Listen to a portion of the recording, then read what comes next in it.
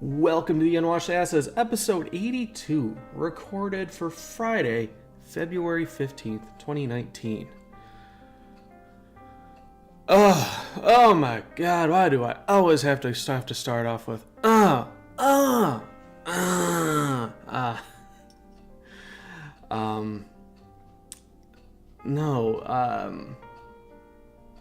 Valentine's Day happened yesterday. Everybody have a good one? Did you get either some V or some D, or maybe both? Just how ambitious were you in your Valentine's Day pursuits? Either way, I hope it was a good day. Lady and I, we went out, had some overpriced steak and shrimp and lobster, and while it was good, I was only able to eat about half of it. The rest is going to be lunch today here, and I don't know, maybe it's just we don't go out and treat ourselves enough, but damn near $50 for a plate of food is a bit much, no matter how good it is. And I don't know, maybe it's appropriate because it was a 14-ounce steak with a lot of extra stuff, and whereas I normally only get 6-ounce, 6-ounce steaks. So, who knows? I don't.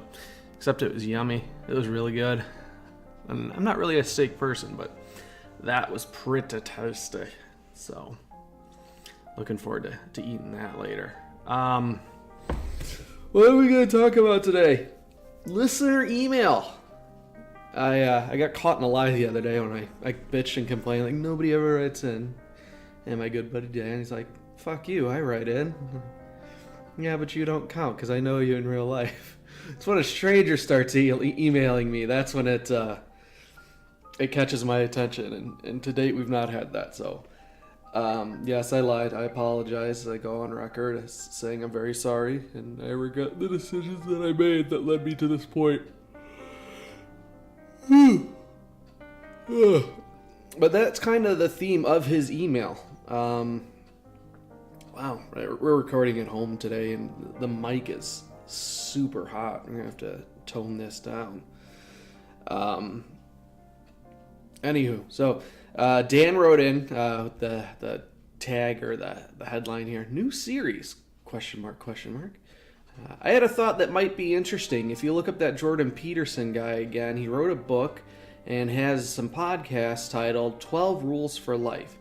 If you wanted to do a critique on that, or what might be more interesting, Zero's XX Rules for Life. You talk a lot about different experiences and such, which is great. This would be an outlet to give a synopsis on what life has taught you thus far, what you might have done differently in life, what would have stayed the same, what changed you as a person, what kind of person do you want to be, / how are you getting there. And this might be a bit deep / heavy, but I do think people find this part about you interesting. And then he gives a suggestion for the outro, which we'll sneak in at the end here. So it is a heavier topic, but one that I guess is worth exploring if that's what you want to hear about. Personally, and this isn't like a fucking humble brag here, I don't think I'm super interesting. I'm a person just like anybody else, and I've not achieved anything extraordinary. So, I guess after I read this, what stuck around in my head most was what I would have done differently in life. And I think everybody plays this game of like, knowing what I know now, what would I go back and do differently? My favorite, fantasy scenario is like, oh yeah, I could go back to high school and do things so differently, because high school went one of two ways for pretty much everybody. Either you were super popular and everything kind of went your way, or you feel like you were a bit of an outcast. I don't know too many people who feel like they were middle of the road. That things were kind of average for them, despite that probably being the grand majority, because you can't either be, everybody can't either be the super popular one or the outcast. We might feel that we were, but statistically, everybody's kind of middle of the road. You only have a few in the extreme outliers. How would I place myself? Probably in that outcast category, but again, probably more middle of the road. I did have a few incidents, I guess you'd call them, that made me a bit more of an outlier in high school. And, hormones, emotions make a huge difference. And while I don't necessarily, have shit on lockdown now, I'd like to think my head's in a better place where I might be able to guide teenage Christian through those formative years a bit better. And it's always a fun scenario, but then I think about it as like, all right, well, if I go back and do all this stuff differently, that doesn't lead me to where I am now. Like, I would make drastic fucking changes, and ultimately it would lead me down a much different path, and I don't know that I would want that. Probably the biggest thing is that if I hadn't had my son, I would have left the Midwest ages ago. I fucking hate it. I grew up in Illinois. I live just one state north now, and while the scenery is a bit better up here, and I don't have the problem that most folks do of running into old high school friends or teachers or associates, I'm just so sick of the mentality, I guess, here, and the scenery, and the fact that nothing's really different. I want to break away and have a completely different pace of life, I guess. And I'd always thought about going out to Washington, somewhere up on the coast. And I keep entertaining the idea, even though I know I'd fucking hate doing it in practice, of opening up like a sandwich shop. By like a wharf. Kind of think like Bob's Burgers, where I would have my fucking sandwich shop. I'd have a tiny apartment above it. It'd be by a wharf or a pier, and I'd suck in all the tourists and, just kind of be this old cantankerous man who, fuck everybody else. I'm just going to do what I want. Like, today's Tuesday, guess what? It's nothing but bologna and cheese, because Monday was peanut butter and jelly, and you want something different? Fuck you, get out of my shop. Or it'd be a soup Nazi situation, like, nope, it's happening my way. You're gonna pay me $20 for this niche sandwich, and you're gonna like it. Otherwise, you get the fuck out. And the hipsters up there would fucking love it, because I'm thinking like Redmond, Seattle area, and they'd be like, oh yeah, you gotta go down to the sandwich Nazi shop and eat the fucking bologna on Tuesdays. It's a trip. And they're like, is it a good bologna sandwich? Yeah, it's a bologna sandwich. I mean, it's not great. It's not awful. It's just a bologna sandwich. But you go there just kind of for the experience. And then, maybe do things like really push the boundaries. Like maybe once a year really fuck with them. All right, today you get a dill pickle spear on a hot dog bun. And just see how far I can go with my belligerence. Because at that point, again, I'm an old man. There's no fucks to give. You don't want to eat this pickle spear hot dog? Get the fuck out of my shop. But then again comes, the troubles of running your own business. And I've had enough a taste of that where I don't want to deal with it again. But no. If my son hadn't been born, then I would have vamoosed a long time ago. I still toy with the idea, once he's grown and on his own, I might uproot myself then and move out west. But it's always a wait and see approach, because while I want him to be self-sufficient, because of choices that I've made, I don't get to see him all the time. And that falls squarely on me. And that kind of leads back to the what I do differently in life. There are only a few, I should say a handful of decisions I think that have shaped who I am and put me where I am. And they are the penultimate kind of fork in the road moments where life drastically changed and went in one direction or the other. I only have a handful of these. So whenever I get asked this question or I think about it, these are the moments that I think about changing. And it's always fun to fantasize about it and think, what would be different.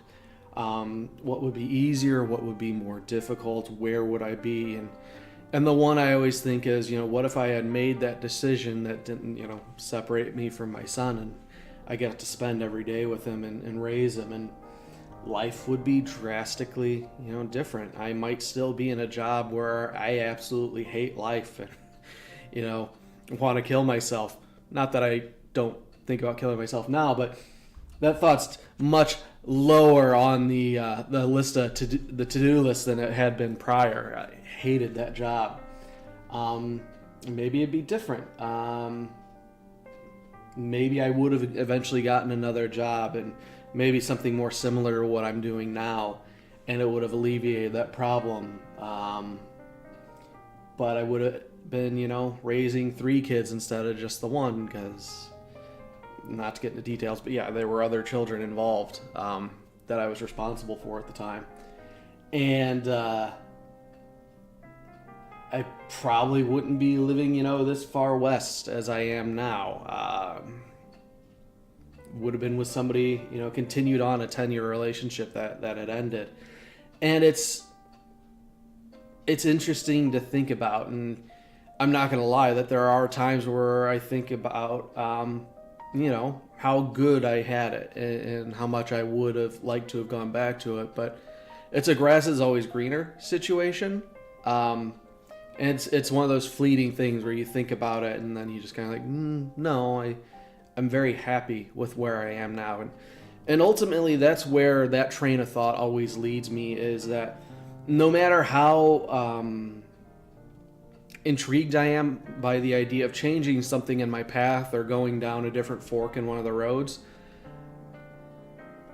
ultimately I'm very content with where I am now. Sure, I get frustrated and annoyed with life and people and kind of hate how things are sometimes, but I don't think that would be too different with really any aspect with where I would be at any other point in life. That's just kind of who I am.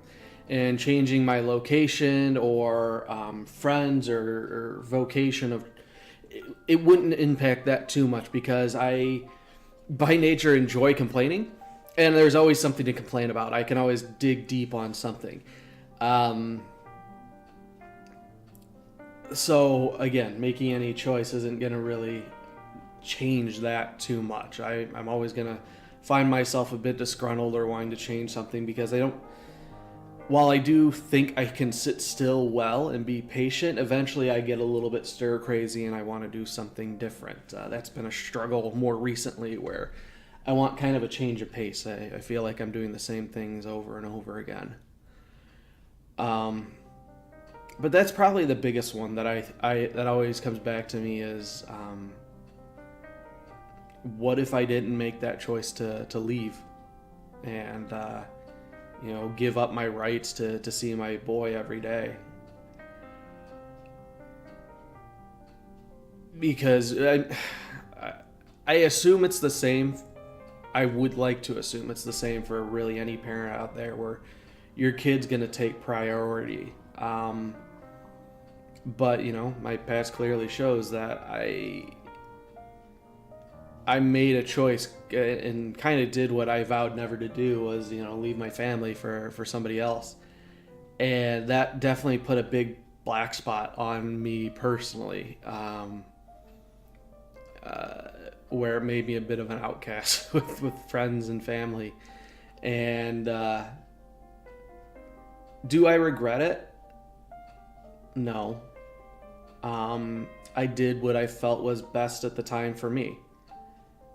Things ultimately worked out as I suspected they had. Not necessarily the way I wanted to at the time, but everything shakes out. And if I had the choice to go back and change anything, inconsequential of where I would ultimately end up, would I do that thing again? Absolutely. It was something I desired greatly, and definitely shaped who I am as a person now. And it is I guess, milestone in my life where not only did my personal situation change and living structure and all that, but it also vastly changed my philosophies on life. And I'd like to think that's where I did the most growing, was in that 2-year period after my son's mother and I had split. A lot of things happen, a lot of things that still haunt me. Actually, that's primarily the bulk of where I draw a lot of this anger and heartache from. But it was super important for me to go through. It was something I don't want to say it had to be done, but it fundamentally changed who I am as a person. And for me to get where I am now, it had to happen. So, again, ultimately, it's always a fun thought experiment. Like, what if I had the TARDIS and I could go back and do it? But would I change anything? The idea is tempting. It's very, very tempting to, say yes instead of no, or let's try and work on this instead of it's time for it to be over. But I think time does eventually heal all wounds. It might not stitch up the prettiest, and things might, never go back and fit together the way they always had. But that was something that that was one of my philosophies that shook out of that entire ordeal, is that there's always an ending. There's always a way that something's going to continue. It's always going to go on. And it applies in, or I apply it in the most basic form, I guess, where, say, I'm stuck inside a customer's home and I'm trying to fix a problem and I'm not figuring it out and I'm getting super frustrated and my anxiety is kicking in because I either have more jobs to get onto, or the customer is starting to get frustrated with me being there, or I just, it's like, I remember being a kid in first grade and the end of day bell would ring, and if I was there at 3:05, I was having a full-blown meltdown that I wasn't out of the school yet, because my brain's just going, out. You have to get out now. You have to leave. Why are you still here? And the same concept kind of applies, where if I have a time frame to be inside of a customer's house to fix a certain problem, and if I run over that time frame, my brain starts entering like this panic mode, like I have to get out. And this philosophy changed that for me, where it helps me kind of temper it. It helps me stamp that down. And it's kind of like a fucked up form of time travel, where I always think, all right, where I'm at right now sucks a lot of ass. It's terrible, but give it, I don't even put like a time frame on it, but I know that at some point in the future, I'm going to be in my truck driving away and thinking back at this moment that, okay, I'm done. It's over. I'm away. I'm on my way to my next thing. I'm good. This is over. And to me, it makes the problem seem solvable at that point. It makes it seem finite, that there is an end in sight.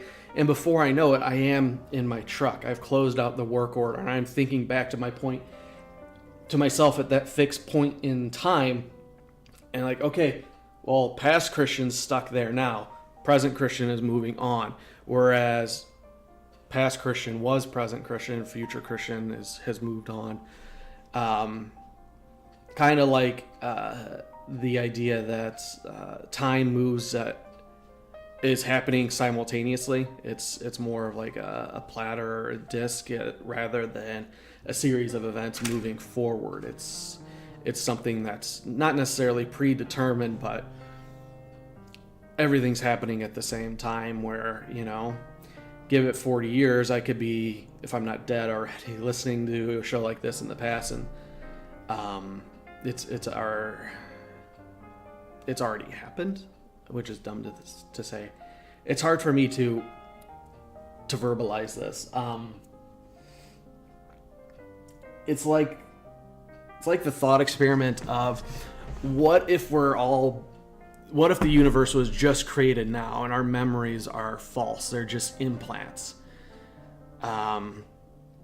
What if time travel exists and I just think, okay, well, I'm now 40 years old listening to this show that I supposedly recorded, 6 years ago. And now 40-year-old me is thinking about that, and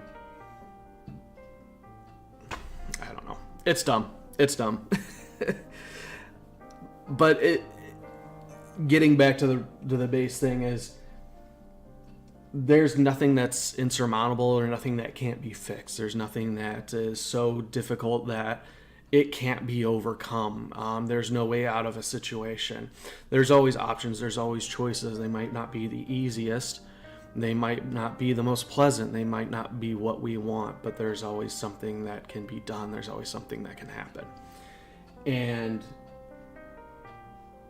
it's just a matter of kind of seeing it through, and I get a sense of peace and solace from knowing that there is ultimately a way out. Not speaking in the sense of like, oh yeah, you can always just kill yourself, or insanity is always the escape hatch. There's always, where I am now is not permanent. Time is always in a state of flux, and things are always changing, and it will not necessarily get better, but it will change. I'm not stuck here. This problem will pass, I guess. So that's kind of like how I apply it. Like if I'm in a really shitty situation, again, like stuck in a customer's home or stuck doing something I don't want to be doing, like, okay, well, this too shall pass, give it an hour or two and I'm going to be out of it. And then I can always think back to, that point in time. And it always makes me feel kind of bad. Like, all right, there are countless number of Christians stuck in these hour-long increments doing something that they don't want to be doing for eternity. But they're all just different facets on the same gem. They are the experiences that make up me as a whole. And again, while they're unfortunate, I don't necessarily want to change any of them because they led me to here, to now. And I'm relatively comfortable with where I am now. For the first time in my life, I see opportunity. Not necessarily hope. I don't like hope. Hope is the worst thing you can give a person. But opportunity, where if I do well and I make the right choices, I can seize on that opportunity and better things for myself and those around me. It's not empty like hope is. It's something tangible. So I've not had that in a very, very long time. Back when I thought I had, it was more hope than opportunity. And hope is something that can always be taken away from you and can be crushed, and it ultimately leaves you worse off than when you were before. That's why I don't like hope. It is the worst fucking thing in the world. Opportunity is what I want, and I'm kind of in the best place that I've been in, what I can think of as far as terms of past in history. This is the best I've been off. I've got a very comfortable life. I'm not working obscene amounts I'm not spending obscene amounts of time at work. Yeah, overtime's a thing, but it's only a time for one season of the year, and I get through it. I have plenty of room for advancement in my career. I have a nice home. I have the opportunity to get a house now, whereas before that was kind of a pipe dream. I have money in the bank. I have more time with my son than I had since he was 6 months old. I have a partner who loves me, and I get along with, I'd like to think, extremely well. Stability. That's what I have now, and that's what I've craved most for years now. Instead of living paycheck to paycheck, wondering how I'm going to pay the bills and if I have enough food to last me for the next couple weeks, and making sacrifices and struggling. That's kind of all in the past, and that might be why I'm not keen on making different choices with how I've gotten here, because I might have ended up in a drastically different situation. I might have been totally better off, but I can't fully commit and say, oh yeah, I totally would have stuck it out with this relationship, or I totally would have taken the opportunity to move to California when I had it, because who knows what would have happened. It's a fun thought experiment, but nothing more. So that's kind of all I have on that. We can do a Rules for Life series, I guess. Philosophies and beliefs.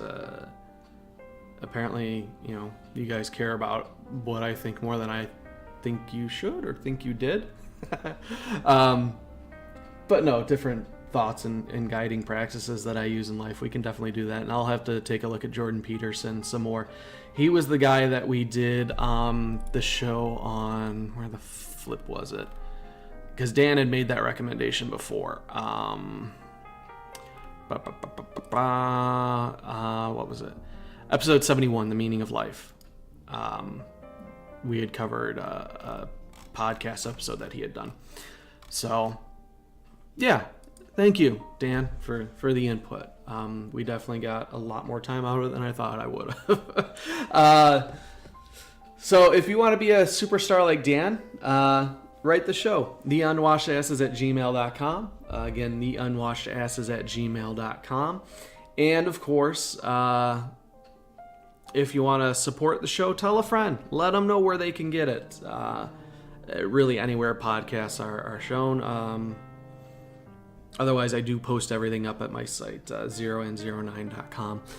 But if you want to go above and beyond that and help things financially, pitch in $1 or $2 a month over at patreon.com/0and09. That's ZEROAND09. $1 a month's all I ask. But if you want to be a superstar and get some unique digital sketches, I'm gonna have those going up today, at least January's. I still have to get January's up, and then February coming here shortly too. $20 a month nets you that. But anywho, it's value for value. Whatever you think is worth it. If you don't think what I provide is worth shit, don't give me shit. If you think it's the greatest thing ever, well, give what you think is worthwhile. But otherwise, embracing the chaos of life, I am 0 and 09.